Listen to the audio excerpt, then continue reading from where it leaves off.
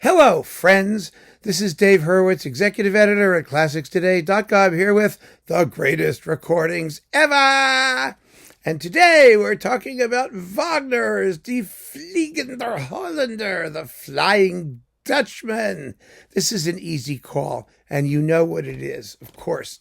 It's Otto Klemperer with the Philharmonia, the new Philharmonia Orchestra. And let's see, with Theo Adam as the Hollander, and Senta is Anja Silja, who's just marvelous. And Daland is Marty Talvela, who's also marvelous. These people were all fresh and young and in great voice. Eric is Ernst Kozub, who's also quite good, although not as good as James King was in the live recording of this, that you can also get on Testament, by the way, which is, some would say, even better, but it's, not as readily available. And this historically is the one, you know what I mean? It's also fabulous. And let's see, who's Mary is Annelies Burmeister, and the Steuermann is Gerhard Unger. Yes, it's absolutely amazing. It's kind of, this is one of those operas that's been somewhat unlucky on disc. It really has. It's very difficult to cast. And the reason, I think, is partly the fault of the opera, and partly the fault of, well, I don't know what the other fault is. It's the fault of the opera. I remember reading, if you read Astrid Varnay's biography, which is just marvelous, how the most difficult role that she undertook was Senta, because she was a singer who worked very logically through a part, and she had to try and find her way into the character. And there is no way into Senta. She's a loon. She's a loon from the very, very beginning. And so, applying a rational approach is only going to get you so far. Now, Anja Silja is also a Kunstdiva, a very smart, thoughtful, wonderful singer. But she was also kind of a loon. Well, she was Wieland Wagner's girlfriend, and then she married Christoph Dochnani, and so she's been around. Let's put it that way. I had a wonderful, wonderful lunch with her once. Oh my goodness, I think it was in Helsinki or someplace like that. But she's a character. She really was, and she was not the type, fortunately, I think, to overthink the role. You just have to fling yourself at it. Just the way Senta flings herself at the Dutchman and then flings herself into the sea. It's a role for a flinger. You got to just fling. I remember the first time I saw the piece. I mean, it took me a long time to see The Flying Dutchman. I was supposed to see it when I was in high school. I had our Glee Club director had extra tickets that he couldn't use in the front row of the grand tier of the Met. And I had a wonderful, wonderful, wonderful relative, a cousin Thelma, who lived in Manhattan. And I used to go into the city once in a while, and we'd go to a concert or an opera or something like that. And I had these tickets. So she and I were going together to The Flying Dutchman. And I was very, very excited. This was that zany Met production where the entire thing was cast as the Steuermann's dream.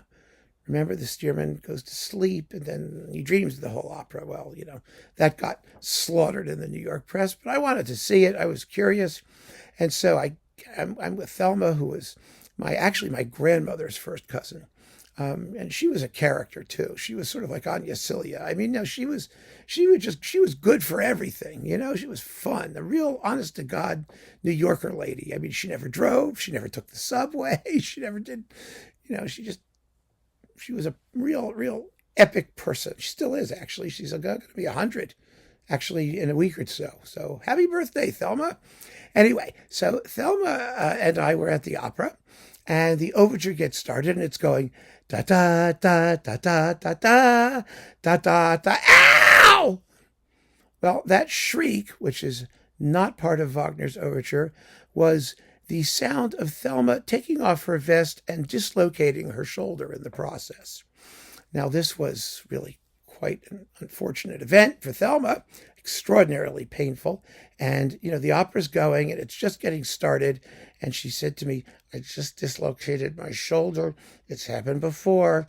I have to get to a hospital. And I said to her, "Oh, do you really have to?" I said, "Yeah, I really have to."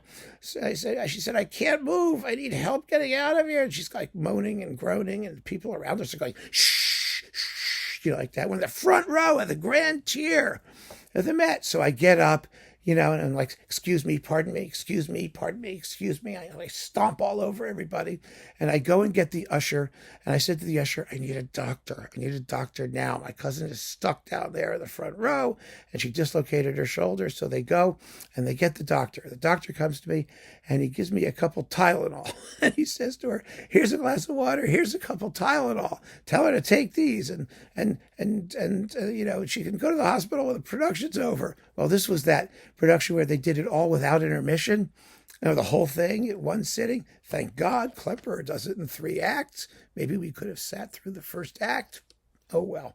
So anyway, I get back down to the front row, and I'm like elbowing my way across everybody. "Excuse me, pardon me, excuse me, stompity stomp." And I said to Thelma, "Here," he said, "take these Tylenol and call him in the morning, wait until the show's over." And she looks at me and she says, "Are you crazy? I need to get to a hospital. Get the goddamn doctor." So I said, okay, I'll get the doctor. So I go back, "Excuse me, pardon me," over stomping all over everybody. And I go back up to the usher and I said, "No, we need to get her to a hospital. Get a stretcher, get a couple orderlies, and let's get her out of here." So they went back to the doctor. The doctor says, "Okay, we'll get the doctor." And it's, there you go. So they got a couple guys and they went back down with a stretcher this time.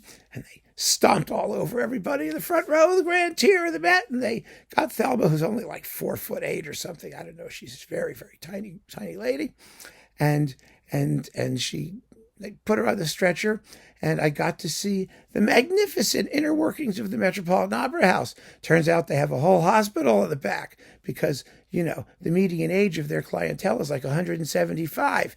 And so they could basically do anything except organ transplants and open heart surgery in the first aid facility at the Met.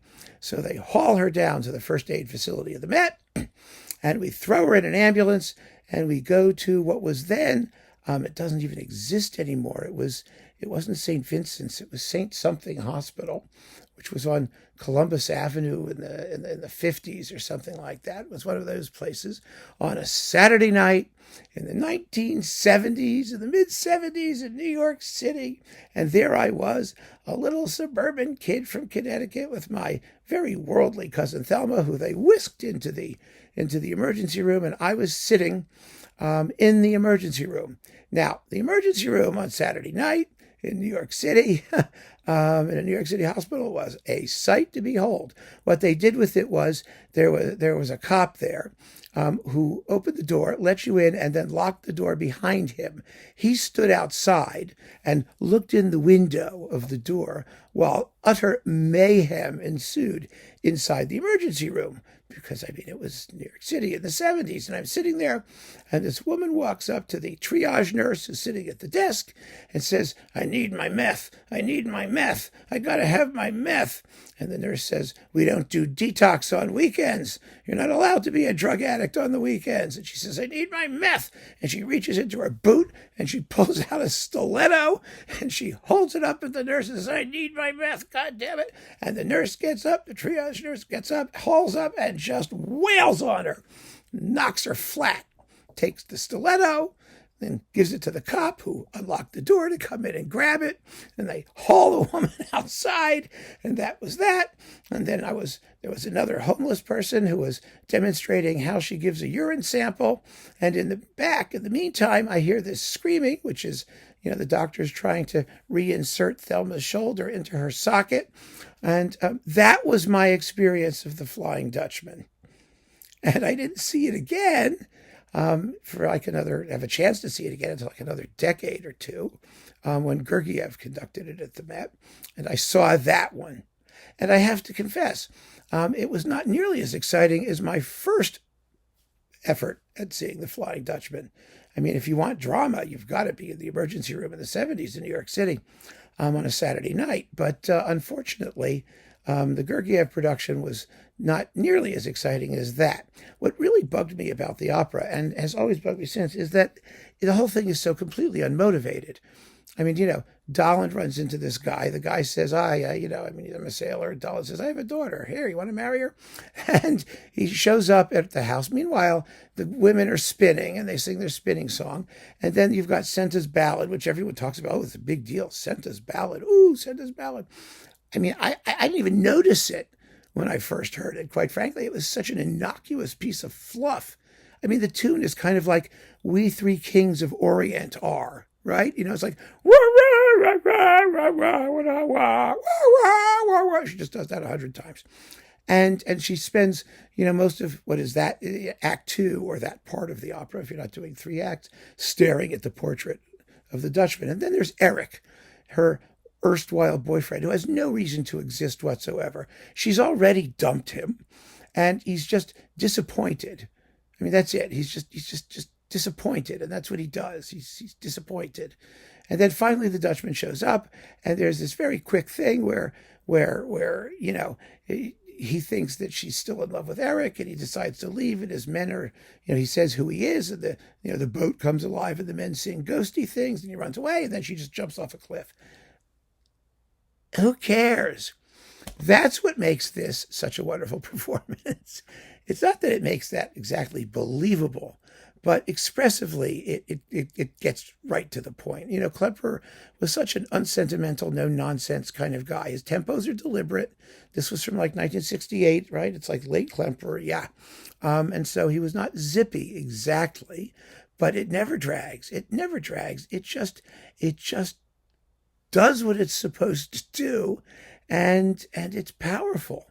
It's just an unremittingly powerful, grim, tragic view of the work, which makes the emotions ring true. Let's put it that way. I mean, opera is full of silly stories and stupid librettos, so you can't complain. But this is, even by Wagner's standards, he got much better. Much better at the redemption through love thing, like in The Ring, for example, and stuff like that. He kept trying to do that. And, it was a nice effort. The best thing about the piece is the overture, as Tovey said. He said, well, it's immeasurably the ripest part of the opera. Well, he was right. And as I learned when I finally saw the whole thing.